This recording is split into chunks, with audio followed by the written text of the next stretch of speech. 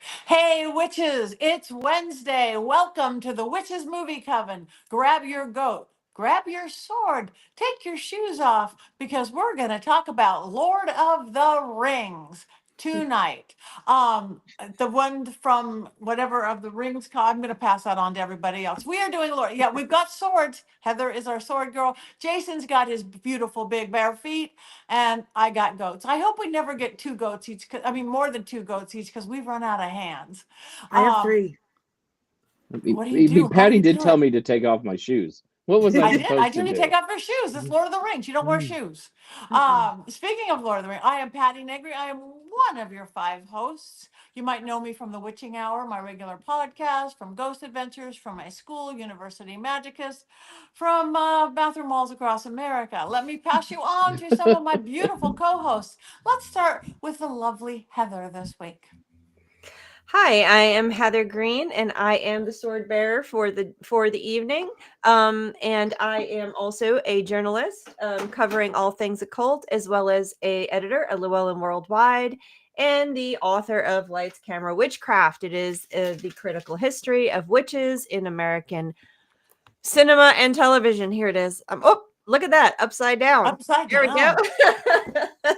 And I am glad to be back. I missed last week, but I'm glad to be back with my wonderful Wednesday coven. Yes, yes. The full crew is here today. Though we love our guests, the full crew is here today. Let's start with the girls today. Let's move over to Courtney. That's me. I'm Courtney Buckley, ghost bait on Scared and Alone, and I made it here, and that feels like an accomplishment this week. So there we go. Whatever works. All right. And now with his hands in pure prayer position, Richard-Lael. I am Richard-Lael. Richard-Lael is one name, not two. If I were just Richard, I would be a. That's right. Thank you, Ms. Courtney. I am known as the gentleman psychic. I'm a psychic and a medium. I used to be a psychic and a small, but I gained some weight.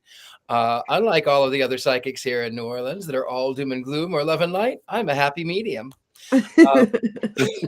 I am an artist. I do tarot. I do psychic readings. I do seances. I travel. I do a lot of things. A lot of different little things. He does indeed. And with almost Hobbit-like hair, last and never least, Jason Mankey. I'm not one of Heather's writers, but I am a writer at Llewellyn. My 10th book for Llewellyn will be out in May. It's called High Priest. Please read it. I spent years writing it. I also talk, and of course, I have lovely blonde hair. Yes. Hobbit hair. Hobbit hair. Hobbit hair. It's been called worse, that's for sure. Yeah, well, I like Hobbit hair. That's one of their strong points. Hobbit hair. So anyway, we are talking about Lord of the Rings, the Fellowship of the Ring, and hopefully you all saw it. You all watched it this week, and if you didn't, Richard-Lael, can you give them an unbiased synopsis of the film? I certainly can. The film that we are talking about.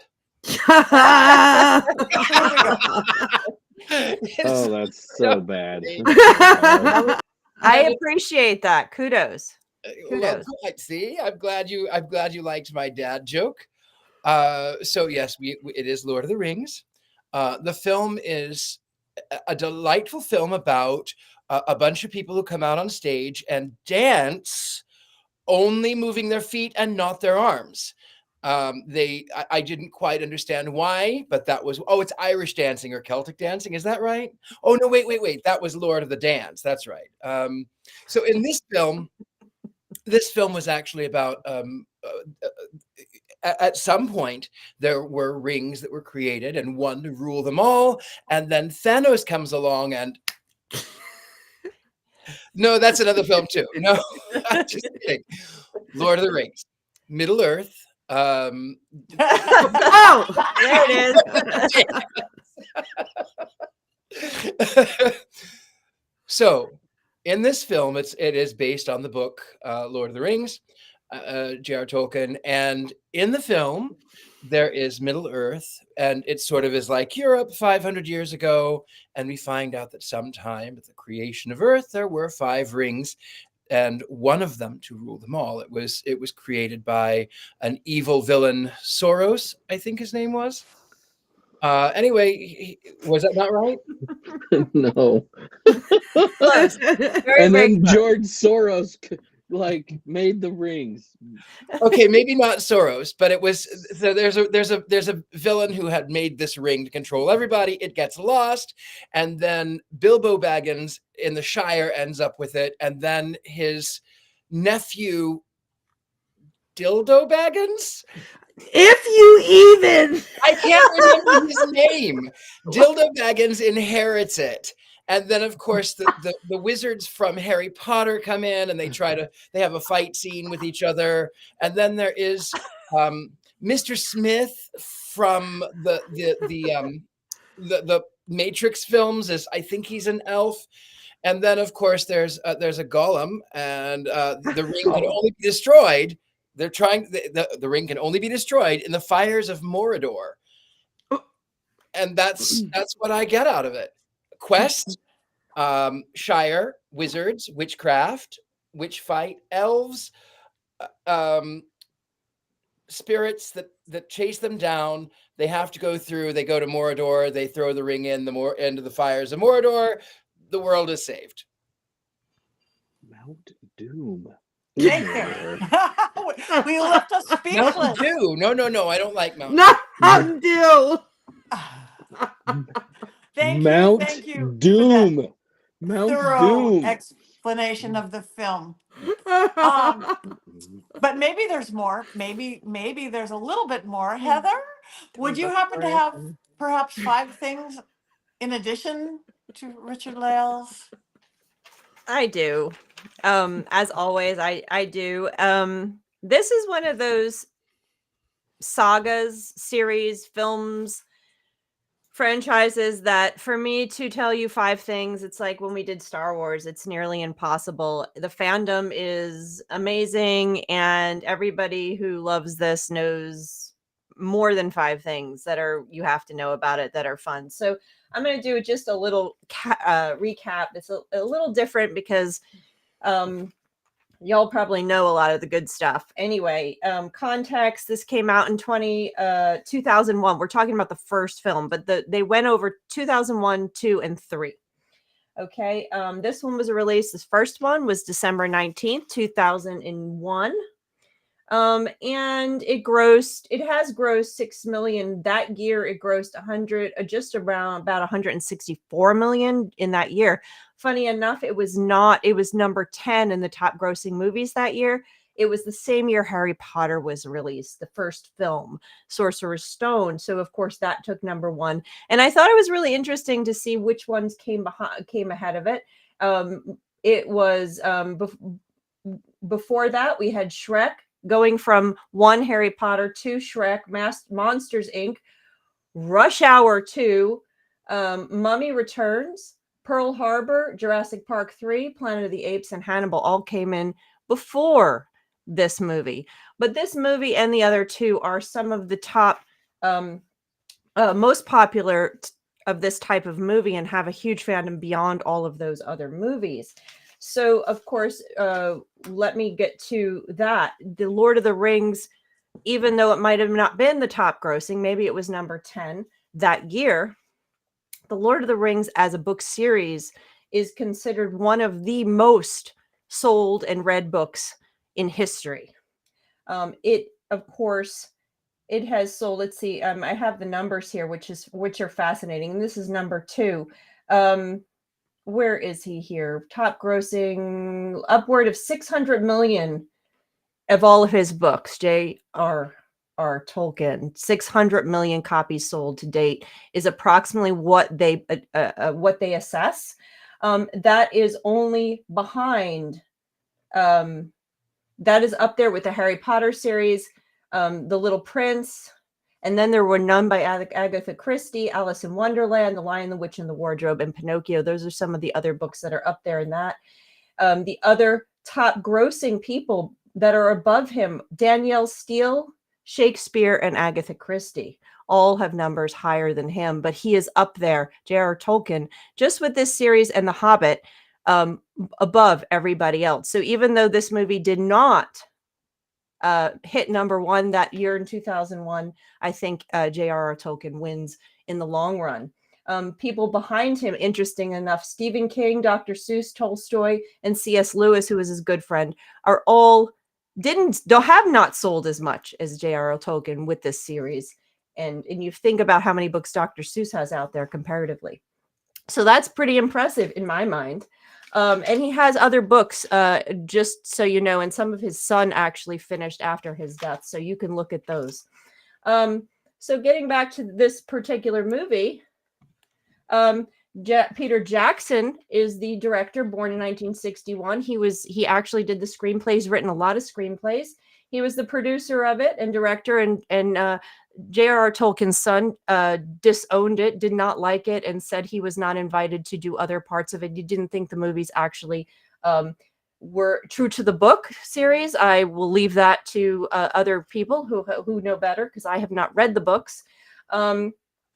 But Peter Jackson did not care. Since then, Peter Jackson has done Heavenly Creatures, Bad Taste, King Kong, and a bunch of other stuff. I'd like to point out he also directed and wrote the screenplay for The Lovely Bones. I have not seen the movie, but I read the book, and The Lovely Bones is a fantastic book.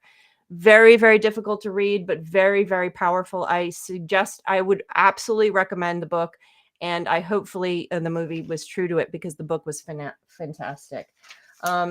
So those are some things, but he really got his, yes, The Frighteners too. Thank you. I didn't put that one on the list.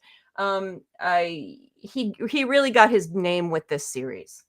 So let me talk about other adaptations of The Lord of the Rings. Of course, Jason and I, probably being from the same generation, absolutely loved the animated version of The Lord of the Rings. There it is. It has its charms. Yes, 1978. We had an animated version and a follow-up, Rankin and Bass, Return of the King. It had a wonderful song, Where There's a Whip, There's a Way. I can't remember which one that was in. It was in one of the two of them, which kind of stuck in my head. Of course, you have the 2000s Peter Jackson and the Hobbit follow-up. You have a Swedish version, a TV version, a Finnish TV version, and in the Soviet Union had several versions of it. There have been adaptations on radio. In fact, the BBC had a 81 version where the actor Ian, who played Bilbo in the movies that we just watched, was actually Frodo in the radio version. There have been some stage version attempts, and yes, Courtney, for your enjoyment pleasure, they were musicals. Well, where there's a whip, there's a way. I'm signing up. So. That's what I'm saying. So, and there was one in Ohio. Cincinnati Cincinnati did it, and it was really bad. London tried to put on a musical version, and it was considered one of the worst musicals ever attempts in. Where is there footage of this? I don't know. I didn't have time to go search that up and find it, but you can try. We must throw this ring in Mount Doom. We must throw where it there's into a whip, Mount Doom. There's a way. And then apparently there was a parody version in 2009 on stage in LA. So there have been Lord of the Rings, the musical. Actually, that's not what it was called. It was called something with, of course, with an exclamation point, which, every musical has to have that. So, so as you know, The Hobbit, the other versions, we had The Hobbit come out in the series starting in 2012, and there's currently several TV versions. There's several running right now. I think there's another animated version going right now, and then there it is, The Lord of the Rings. Is that real? I didn't even look that up, but if that's really the version, I'm looking at a picture of stage Gollum right now, or Smeagol, or whoever he is, whatever. Smeagol. I don't understand, but it's a lot. Yeah, I didn't have time to go and spend. Yeah, so we'll move on from the disaster. It was Lord of the Rings. Oh my god! Hold on, the title was Lord of the Rings: A Musical Tale on Stage! ! Yeah, no, there was 3 different versions. They weren't all the same versions that got done. So one of them had a different name. It was like the Return exclamation or something. The Fellowship. It might have been the Fellowship exclamation. I'm not sure. But anyway, I haven't brought out the cast in this one because there's so many people to talk about and we can go on forever and ever and ever on that. I'll just name a few names that are notable. Elijah Wood, of course, we just talked about his excellent performance in The Last Witch Hunter. Orlando Bloom, who everybody adores. Cate Blanchett, who we talked about in The Gift recently. Christopher Lee, The Wicker Man, and of course we've talked about him a million times. The legendary Ian McKellen, Billy Boyd, Ian Holm, Liv Tyler, Sean Astin, who forever in this family will be remembered for his death in Stranger Things and making my child cry for hours after. If you did not see Stranger Things, you will have to watch Sean Astin's Spoiler death. alert.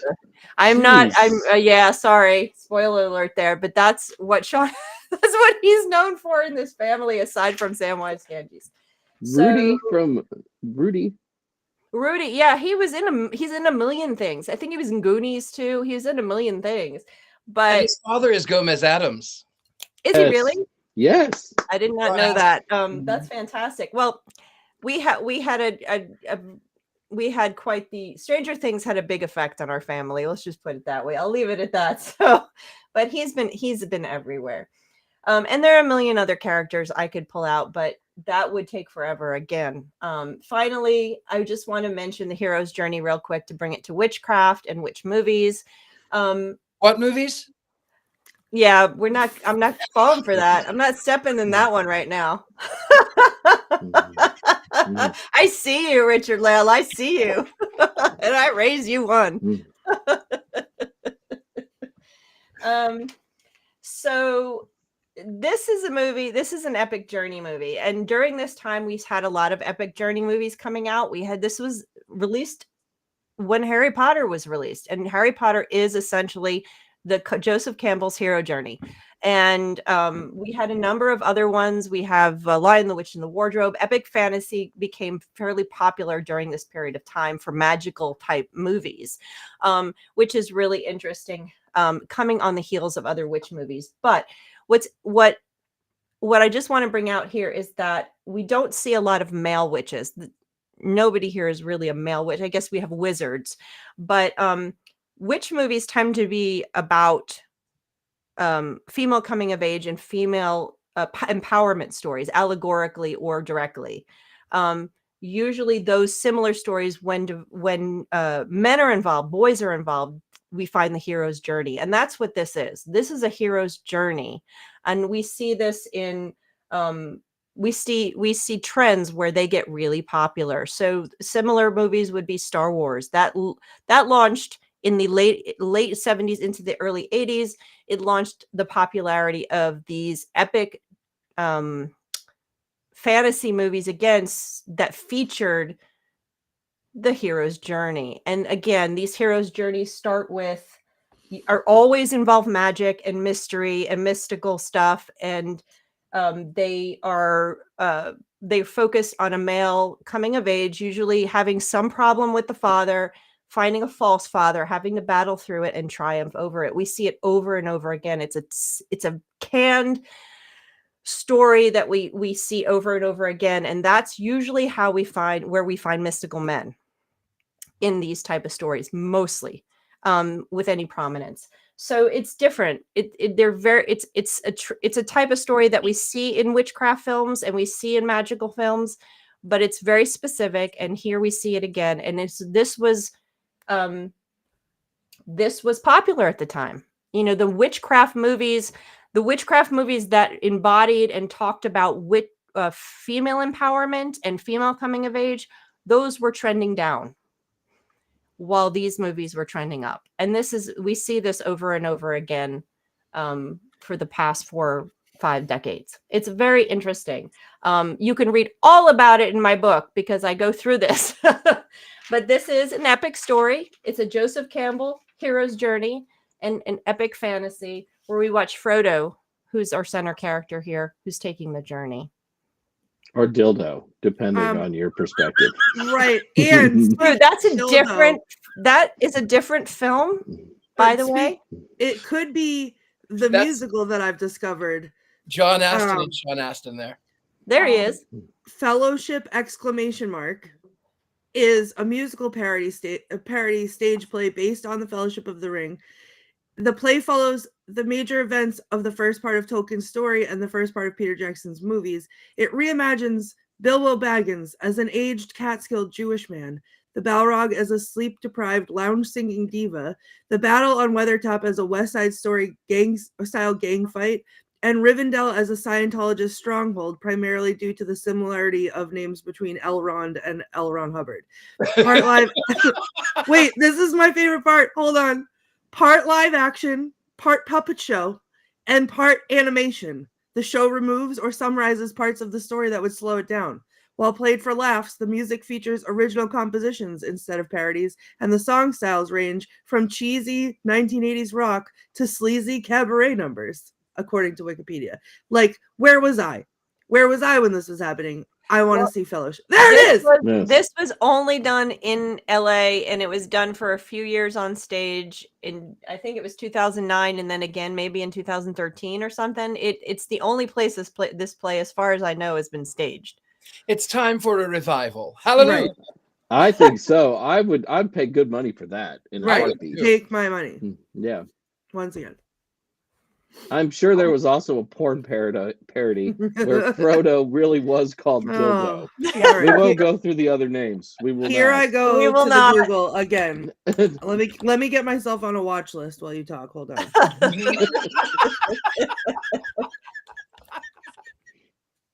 Uh-oh. Oh, I'll there's a go face. first because I admit I was kind of tired last night and I struggled to stay awake. It was so hard. I like the character. I like the character. I like the stories.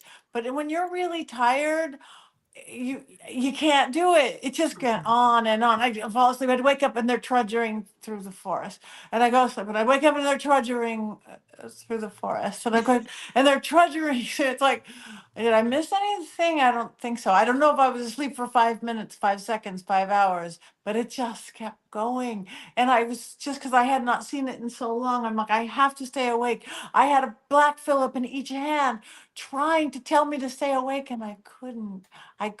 So I can't wait to hear the whole storyline. Thank you, Richard-Lael and Heather, for the thing going. Well, they went through the forest and they're kind of pretty, and I like Hobbit hair. That's it. That's all I got. That is all I got. So you guys take over from here. I'm gonna hide this. This is very shocking, but because I do love a quest movie, I wholeheartedly agree with Patti. It was hard for me to watch. Like, I've seen it, but it's such. Hear me out first. Relax, Jason. It's Heather. Oh my God. All right. Judging like he was a bear, both of you. Hold on a second. Okay, yeah. Here we go. I've seen it before. I did not see it like when it came out. I feel threatened. I did not see it when it came out in the movie theater. I've seen it multiple times. The first one. I haven't seen the other two. But it's, for someone with ADHD as bad as mine, it's so hard to sit through unless I'm ready and willing to make the time commitment to sit down and watch it. In theory, I love it. I love the story. I love the characters. It's beautiful to look at. The music is the best. I love it. I love. I love it in bits and pieces. I love the messages. I think there's such good like one-liners in it that are inspiring and beautiful, and like the story is great. But if I could watch it in like 40-minute increments, then I might be better off than trying to sit and watch 3 hours. So I have watched it recently within the last few years because I watched it with Nathan. But even Nathan, who loves it, I have been bugging for a week to get him to watch it with me. And he was like, yeah, but it's 3 hours long and I can't sit here for that long. And I don't want to sit here for that long. So I put it on today to try to rewatch it. And I literally had it on as background noise because I could not focus on it at all. But then every once in a while, like I'd glance over and, oh my God, it's beautiful and things are happening and it's gorgeous. Or like, you know, they say, I literally was not invested in the story at all this watch through. And still some of the lines I caught with my, just out of the corner of my consciousness. And I almost started to cry because they were so beautiful. So I like it. I love it in theory, but it's very difficult to sit through and watch. Much better said than I agree wholeheartedly. You just had better words, more words. Because I love the beauty of it. I love the look of everybody, whoever did the makeup and the costuming and the characters and how they were created. I didn't read the book, so I can't compare it to that, but I thought that was well done and well thought out, and just look at that beauty, just beauty. But to stay with it without naps was impossible. I think it has to be something that's like prepared for, and like you have your friends over and you prepare snacks and you have your blankets and you have like whatever ready, and this is what we're doing today and I've mentally prepared for it, and then I could sit down and watch it. Yeah, I'm sorry. I'm just going to jump in there with something that Colin said, is that you have to be in the mood for an epic journey. And I think that's something that he captured that you don't find in, even though Harry Potter was 7 movies or 8 movies, and Lion King, another epic journey, and all of these, even Star Wars, the feel of it was not epic. The feel of this is epic. It's slow. It moves in an epic way that a lot of these epic journeys don't move in that way. They move fast enough where you get through it. They cut to the chase, essentially. This one does not. And you have to be ready for it. You have to be prepared and comfortable and cozy. I think that's right. Right. Just be glad that the Tom Bombadil scenes were cut out. We'd still be watching the first one today after it came out in 2001. We were just talking about that at dinner. And in the books, I think the journey takes years. In the movies, it feels like it takes a few months. In the books, it takes years. So Peter Jackson did us all a favor. These could have been much, much longer. I started watching this film 84 years ago. It's been 84 years. I can still smell the fresh paint.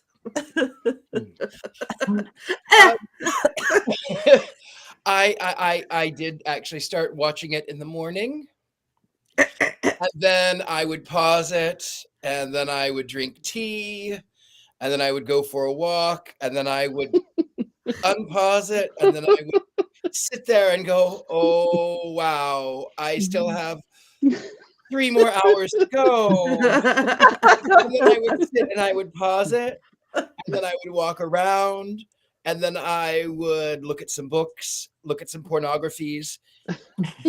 Dildo Baggins, obviously. Lord of the Dance. And then I finally, the last hour, I said, okay, I can make it. I can do it. I can do it. I did it. And it's beautiful. And it is so well acted. And the entire time I thought of Jason Menke, and I thought, you know what? I understand why this film means so much to Jason Menke. And I have to say, I loved every second of it. It is long. It is really, really long. I will never watch it again. But it's beautiful. I loved it. And I can understand Jason. And I do love this movie. I was there the night it premiered at the theater. I remember sitting, my wife and I, we were not husband and wife then. We were just friends. And we were sitting there and we were so excited. And we watched a lot of our friends come into that theater too. We didn't know they were going to be there that night because this was an event in the pagan world. I think that people don't realize how important Lord of the Rings was in early paganism. If you were a pagan in the 1960s, which is really sort of when it, I wouldn't say exploded, but became something in the United States, there weren't a whole lot of books. And people read the Lord of the Rings books because they assumed the hobbits were like super close to nature and it was magical. There was a pagan retreat center called Lothlorien in Indiana for a very, very long time. I mean, pagans loved Lord of the Rings. They just went together. So it wasn't a big surprise that all those people were there at the theater that night. And my wife and I both love fantasy fiction. And to see this movie, to see a big budget fantasy movie had never been done before. There was science fiction, certainly, but not sword and sorcery, fantasy type films. And to see it done so well, to us, I don't think we cried while we watched it, but we were riveted the entire way through. I think I saw it 4 times in the theater because we went back several times. And when they promised a trailer for the Two Towers in March at the end of the movie, of course we went back just to watch 2 new minutes of the greatest trilogy in the history of film. I could go on and on about this movie forever. One last story about that showing, though, the first showing. We were watching it in the movie theater, and then towards the end, when Frodo and Sam are trying to get away from the orcs, the film broke in the theater, and the lights instantly came on, and we all looked around like, what? And we knew it was just one part of 3. So some of us just thought they were ending it on a very serious cliffhanger. And then somebody had to come into the theater and say, there's been an accident. And so, we can fix it, but it'll be 20 minutes and then we'll finish the film, but we won't play the credits because we have to get the next group in. So that was my first experience watching Lord of the Rings at the theater. I wanted to bring up, Bevan said it's LOTR and witches is like going to the Renfest. And I have actually, that was my thought. I was actually going to go there. It does remind me of the Ren Fair. And I remember I went when I was 22 to the Renaissance Fair. And I was a very closeted young man who was dancing in the ballet and singing in the opera and doing musical theater, but completely heterosexual. And I decided with a friend that we were going to go down to a Renaissance fair. And I decided as a heterosexual, I was going to wear a pink ruffled shirt. And we go to the Renaissance fair, and there's a couple of fellows who are of my persuasion, but I wouldn't have admitted it then. And they were very, very flirty with me. And so we went to the canteen or whatever, they have the Renaissance Fair food. And I thought, oh, you know what I really want right now? I really want a chocolate covered banana. No, actually, I don't want that. Oh, maybe I'll just do something nice, like a drumstick. Nope, I'm not going to do that either because of the optics. So you know what? I'm going to have an apple. I'm going to have a very heterosexual apple. That's what I will have, is an apple. An apple at Ren Fair? Because I didn't want anything that would be suggested. The turkey legs. I was very heterosexual in my pink ruffled shirt with my friends who were also from the ballet. I was very, very, very straight. I think a turkey leg is for all persuasions. There's no way. The Ren right. Fair. There's no way to look any type of way other than gluttonous when you're chowing down on that turkey leg, and man, is it worth it. We are all Henry VIII when we eat the turkey leg at the Renaissance Just grease Festival. everywhere, like strings of turkey hanging from your teeth. Nobody cares. There's nothing good looking about it. Or maybe they do. That's right. My search history, I can't look that up. So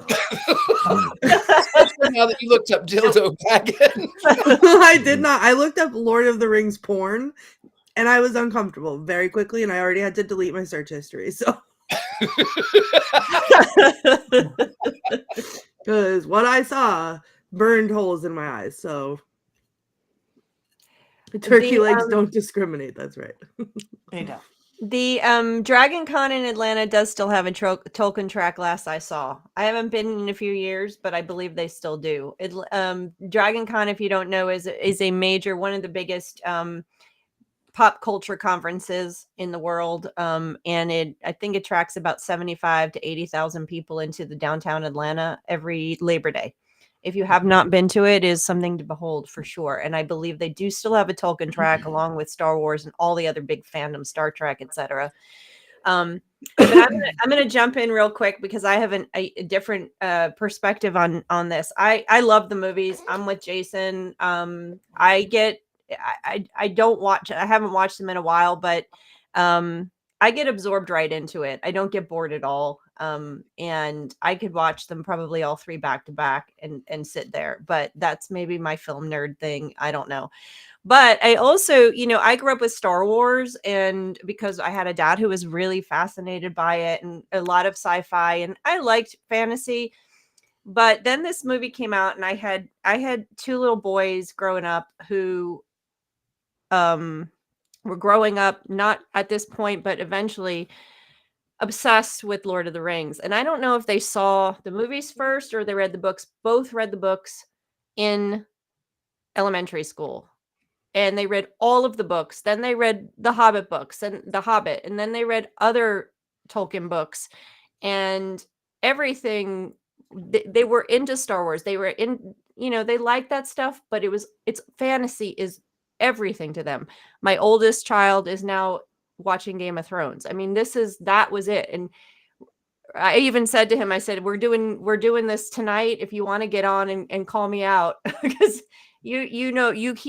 he passed what I was watching it earlier just to refresh my mind. He's like, oh, he knows all the names of everybody. They are absolutely, both of them. They have all the Lego toys. I took out some of their little Lego stuff. Yeah. We've got all the little Lego guys. Legolas.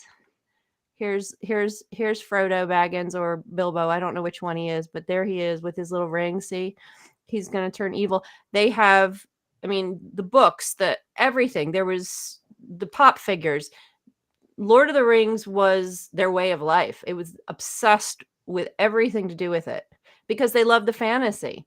And with that said, the oldest, my partner's daughter, we tried to make her watch it, and halfway through the first movie, she's snoring over in the corner. So so then there's that. That is for her. For her. Well, but the youngest, because together we have four, our youngest, who is 17, has just for the first time picked up the books, is now about a quarter of the way through the first book, and will not watch the movies until the books have been read. That's by her own decision. But so I kind of have grown up around an obsession with Lord of the Rings because of my two children, and it's everything to them, and it has been. So I'm happy for that. I couldn't be happier with having children obsessed with the Lord of the Rings and have read the books. So I'm good with that. That's amazing, actually. I could not in youth read that. No. I want to watch them all. Like, I have every intention. Nathan asks me all the time. This started over COVID. He wanted to watch all three, and that's when we watched it the first time. But it's such a commitment in my brain that unless I'm ready and willing to dedicate the whole day to it, like, I can't even wrap my mind around starting it. And I've said this like to people because people are shocked that I haven't seen them because I love fantasy, but my thing is that, like, I don't want to start because once I start, I won't stop. Like, once I'm into it, that will be it. And my to-do list is never ending. So I feel like I can't cut myself enough slack to just be able to sit down and enjoy them for a whole day. And that's frustrating because I know that I would love them. You should try to do them. Try to do the movies like once a week, do one and then let it go for a little bit and stuff, because by the time you get into the second one, when those trees are running from the fire in the second one, I thought that was I saw that one in the movies with my brother, and we started laughing. I'll never forget that moment where the trees are fighting back. I'm like, yeah, this was awesome watching those trees. Wait, is this a killing tree reference? What? This is what inspired the killing trees. There's Yes. killing trees. For sure. Ents. She's going to watch it now. They're ents. Anyway, there's moments that are just so the first one is sort of the beginning of the journey. You have to get to the other ones where they start really, where you start seeing more action and more stuff going on. It's epic. It's the second and third movies are better than the first movie.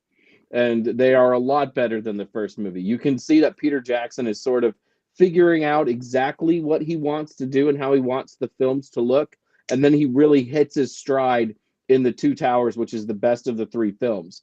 And if you're bored watching Fellowship, There's an end. I can understand that, but you will not be bored watching The Two Towers. I mean, it just rolls. No. It's a very, very epic film. It's fantastic. It is The Empire Strikes Back of Lord of the Rings. All right, I'm sold. I'm probably gonna put it on tonight then. And it is, and the first film is like the introduction. It sets up.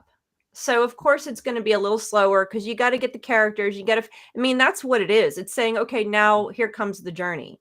That's the first film. And that's why it's a little bit harder to swallow perhaps. But yeah, you got to get to the other ones. The end, I mean, there's a couple scenes in the very last one where you're like, oh yeah. My problem is that I feel like I've retained nothing from the first one, and it's frustrating because I want to retain it all and I want to get into it, and I just like, I love people are in the comments are talking about Game of Thrones like being fantasy. I have a Game of Thrones tattoo. I'm obsessed with Game of Thrones. Heather, you have a sword. I have a sword. I have a Game of Thrones sword in the other room. Like, I'm obsessed. I can get into it once I'm into it, that's it. Like, I can't, when I read a book or if I turn on Game of Thrones, there's no watching one episode of Game of Thrones. I'm watching a whole season in a sit down.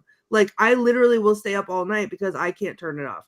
And what? Sorry. No, I interrupted you. I was just saying that, like, that's like when I read a book, when I get into a book, just if there's a sequel to it, I'll say to myself, oh, like, I'll pick that up tomorrow, or I'll read that next week. But if I stay up till 2 a.m. to finish, and if it ends on any semblance of like, I'm not satisfied, I pick up the second book right away and I stay awake all night. And I'm just too tired. I'm just too tired, and I haven't been not tired enough to commit to this. And it's sad. It's so sad. I want to watch it. I think Fellowship too really takes its time and moves very, very slow, especially in the first hour. And it's something that you either love or it makes you want to fall asleep. I love watching Gandalf roll in on his cart, that beautiful Howard Shore music playing in the background, this completely idyllic place. If I'm having a bad day, I can watch those scenes there, and it just brings me great joy. I think we talked about this on another episode because I get really emotional talking about that because it's just so perfectly done. But I can also see people being bored because you're watching an old man you don't know, like, make a horse go while Elijah Wood is running around barefoot in the background. The weird part is the first half of the movie keeps my attention. The second half of the movie is where I'm lost. Maybe I need to watch Fellowship ! And then yes, I'll we get all need to watch Fellowship together. The key thing for you, the Fellowship. The key thing is just know who the characters are. Is all you need to know going into the next movie is who the characters are and who's going on the journey. And that's pretty much what this movie sets up, is why they're going, who they are, and why they're going on this journey. Then start the second movie and you're good to go. It's a little like playing chess, if I may, because if you know what the pieces are and you know how they move, then you can effectively play a game even if you're terrible at it. And I think that's kind of the way that it sets with me, as it feels like chess. Mm-hmm. But I was going to say, is a Game of Thrones, someone was also saying that Game of Thrones, I mentioned it, several people have mentioned it. Game of Thrones is a totally different feel. Right. It's a fantasy, it's not, it does have the hero's journey in it. I would say Jon Snow is taking the hero's journey in Game of Thrones, but it's like a bumpy road everywhere you go. This is a smooth, epic journey. It's a classic one. It's different. Game of Thrones is high fantasy. It's not really epic fantasy, is what I would say. It's different. And it keeps you, and it keeps grabbing you and poking at you and pulling you in and letting you go and making you angry and making you fall in love. It's a totally different feel. This one, it's like you get on the wagon with Gandalf and then you're on the journey with them for the slow parts and the hard parts. It's a totally different feel. But Both are awesome. Something And I won't hear anything about it otherwise.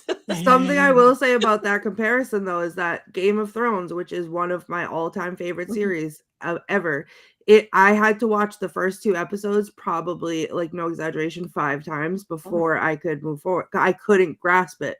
And everyone kept saying, oh my God, it's so great. And you have to keep going. And, oh my God, it's so great. You have to keep going. And it literally took me having nothing to do for an entire weekend to get into it. And then that was it. Then I didn't have cable. I didn't have HBO, and it was still running. So but I'm running out to the store to buy the DVD box sets. I had the cable people coming the next day to install my cable, and I could not wait for the cable people to come. And I was getting HBO for Game of Thrones.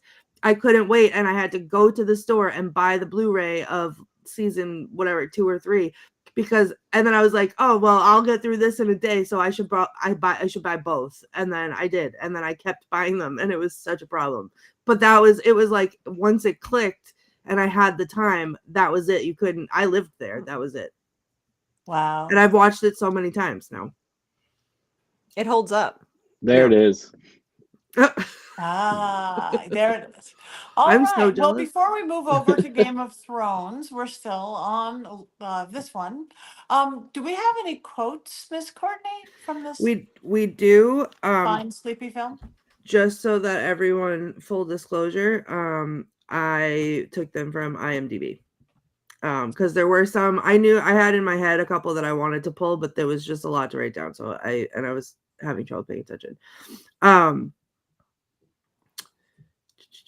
They're in the whole first part there's the whole thing, the explanation of the rings, but they were all of them deceived, for another ring was made in the land of Mordor, in the fires of Mount Doom. The Dark Lord Sauron forged in a secret master ring to control all others, and into this ring he poured his cruelty, his malice, and his will to dominate all life. One ring to rule them all. And then the whole conversation about breakfast and second breakfast was my favorite. It said, we don't stop till nightfall. And Pippin said, well, what about breakfast? And Aragorn said, you've already had it. And Pippin said, well, we've had one. Yes. What about second breakfast? And Merry says, I don't think he knows about second breakfast, Pip. And Pip says, well, what about elevensies, luncheon, afternoon tea, dinner, supper? He knows about them, doesn't he? And I'm like, that's me eating all day long. And then, of course, we have to have the one does not simply walk into Mordor, because that is, I use that meme constantly. A wizard is never late, Frodo Baggins, nor is he early. He arrives precisely when he means to. Go back, Sam. I'm going to Mordor alone. Of course you are, and I'm coming with you. Like, I'm emotional just thinking about it. I love them. Sam says, this is it. Frodo says, this is what? And Sam says, if I take one more step, it'll be the farthest away from home I've ever been. And Frodo says, come on, Sam. Remember what Bilbo used to say. It's dangerous business, Frodo, going out your door. You step onto the road, and if you don't keep your feet, there's no knowing where you might get swept off to. Then, of course, the famous you shall not pass. You shall not pass. And then I included this one because this is just how I feel today. So I was like, this is accurate, and I appreciate it. Bilbo says, I'm old, Gandalf. I know I don't look it, but I'm beginning to feel it in my heart. I feel thin, sort of stretched, like butter scraped over too much bread. I need a holiday, a very long holiday, and I don't expect I shall return. In fact, I mean not to. Frodo says, I know what I must do. It's just I'm afraid to do it. And aren't we all? And then the last one, the one that literally I almost, oh no, sorry, not the same one. My last one is Bilbo. Bilbo says, you'll keep an eye on Frodo, won't you? And Gandalf says, 2 eyes, as often as I can spare them. And I like that one. But the I'm going to Mordor alone, of course you are, and I'm coming with you, made me like sob choke as I was not paying attention to the movie. But I heard it, and it was beautiful, and I loved it. So that's that. I want to hug one of them. Thank you. Hugs for all. Thank you. That was beautiful quotes, and it doesn't matter where you got them. Thank you. Jason, Mr. Mankey, do we have a Mankey moment minute of this masterpiece? It's really hard to make fun of a movie that I really love. And also, I will say that we do things on the show sometimes that make absolutely no sense to me. Like talking about Lord of the Rings in March. We should be reviewing Mardi Gras related witchcraft movies this time of year. Movies like Teen Witch Goes to Mardi Gras, The Killing Tree Eats a King Cake, or The Witch Who Came to Mardi Gras by Way of the Sea and then threw up on your friend's shoes, but she did take off her top and get some Mardi Gras beads. But no, somehow we ended up reviewing a bloody Christmas movie in March. My brain is confused, and it's not just because I'm drinking wine. You might ask, why is Lord of the Rings a Christmas movie? Well, it came out December 19th, which is practically the winter solstice. I was wearing a Santa hat that night, and I regret nothing because I looked foolish, but I still regret nothing. And of course, also, many of the themes in Lord of the Rings are very Christmassy, which is a point I will elaborate on. Let's start with the obvious one. Gandalf is clearly and totally Wizard Santa. He has a long white beard. He's nice to everyone except the naughty. All of that screams Santa Claus. And I bet you saw this coming, but the hobbits are clearly based off of Santa's elves. They are short, they like pipes, and their names are even elven-like. One of the hobbits is named Mary, for crying out loud. Clearly the hobbits are meant to be Santa's elves. And of course, some of you are like, what about the other elves, Jason? Be quiet. I didn't ask you. And I don't want you ruining my theory. Gollum is clearly Rudolph the Red-Nosed Reindeer. He's the creature no one wanted and no one loved. The only difference is that this version of Rudolph didn't have Herbie the Dentist or Yukon Cornelius to keep him on the up and up. Lord of the Rings is about friendship and how friendships preserve the Christmas season, which is why it's called Fellowship of the Ring. Also, who is Saruman in your little Christmas analogy, Jason? Obviously, he's the guy who owns Gimbals in A Miracle on 34th Street, and the orcs represent non-union labor being brought in to destroy Christmas. And Sauron is the all-seeing eye of the credit agencies, ready to limit your Christmas fun or hold you accountable for spending too much during the holidays. Other analogies that only sort of make sense. Gimli has the innocence of Buddy the Elf from the movie Elf, and Legolas is a smooth operator like Frosty the Snowman. Aragorn and Arwen are the two star-crossed lovers in every Lifetime movie, or they were the prototype for that or something. I got desperate towards the end of this piece. I bet Aragorn owns a Christmas tree farm, and Arwen is a high-priced attorney when she's not all mopey about her human boyfriend. I saw all 3 Lord of the Rings movies over the holiday season, and to this day, my wife and I rewatch them every December, and we do the extended cuts too, because they are awesome, and investing 45 hours of your life into 3 movies sounds completely fair to me. So yes, these are clearly Christmas movies. I even have parts of the musical score on my holiday playlist. I look forward to doing the 2 Towers on this show come December. Yay! Beautiful. I think that therein is my problem, is I've never treated them like a Christmas movie, so that's what I should do. Every December, probably after Christmas, but before New Year's, we rewatch the movies, and the extended versions are hard to rewatch.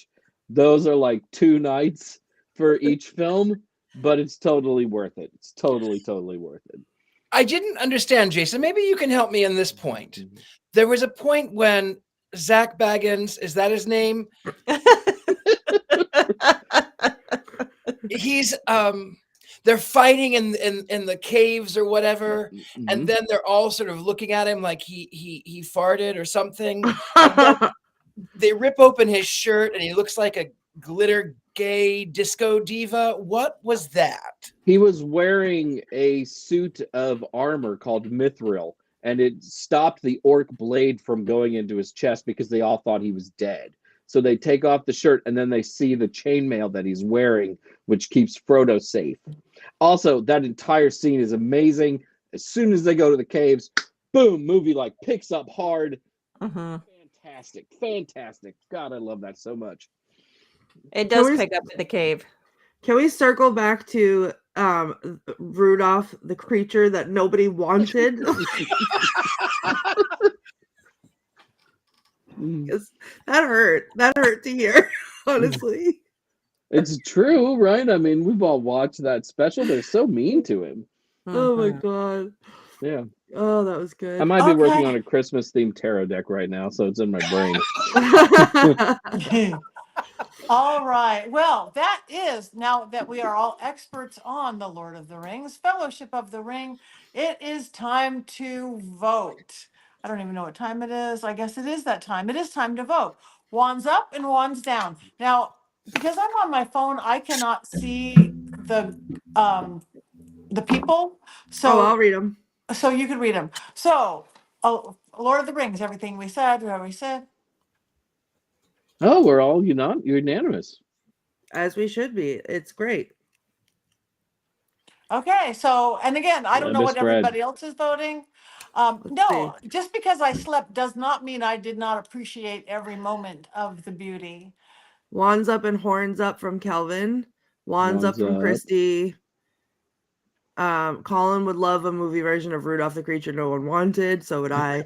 Robert Hicks says my wizard staff is up high. Wands up from Mickey. Wands up. Wands up. Yeah, everybody. Wands up. I think there's a wand, there's a way. I feel like no one. Have we ever had a movie where not one single person has voted down or neutral? So. I don't know. We may have. I don't know. Well, obviously the Killing Tree, everyone voted up. Aside from the Killing Tree. Yeah. Oh, I don't know that we have. We've usually at least had a neutral. Right. Almost always that I can remember. So that's amazing for a movie that, two of us slept through. I was awake. I just wasn't looking at the television. The only reason that I'm really voting it as highly as I am is because I love Jason and I love Heather and I know how much that it means to them. And I enjoyed it, but knowing how much they love it made me love it all the more. Aww. And I'm happy to say that Sting did not glow blue once during this entire set here that we've done. So that means we are safe and comfortable. So I just wanted to let you guys know it did not glow blue. We're good. I would say before you declare anyone safe, would give this a wands down. Also, before you declare us safe and comfortable, I'd like to point out that your clown has been staring at me the entire podcast. So look at him. He's just lounging back here looking at you. He's been like peering at me. I noticed him. It has to be a visual clip at some point. I saw him and I was like, oh man. So what movie are we watching next week? Does anybody know? Yes, next week is a 1960 British film. We're going back in time to Horror Hotel, or it's also called City of the Dead. We're going back to horror too. It's a British, again, it's a British film. I believe it's black and white, 1960. It's really going back in time, doing nice horror film, classic horror. All right, I'm going to get ready to curse Heather again. Can't wait. Yeah, I started watching the day unwittingly, so it's definitely a film. It's great. It's a film. Does anybody have anything coming up that they want to talk about before we go? Any conferences, appearances? Courtney? I'm gonna have to start doing some butthole magic because Black Phillip has a butthole again. The same one? Yes, and a leg hole. What are you doing to your Phillip? No, I'm being called to your goats. I'm being called to do butthole magic. I don't do anything. They just live in here and then grow a butthole. Yep. And only what happens when Courtney's looking up porn Fellowship of the Ring online. Oh no, Dildo Baggins got him. Oh, poor Black Phillip. I'm so Oh no, sorry. I have to repair him again. Wow.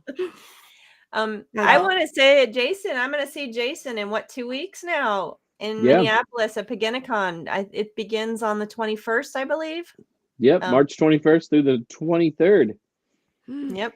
I'm so And I'll be jealous. doing some doll workshops and showing off Patty's book. So I'm really excited about that. Yay!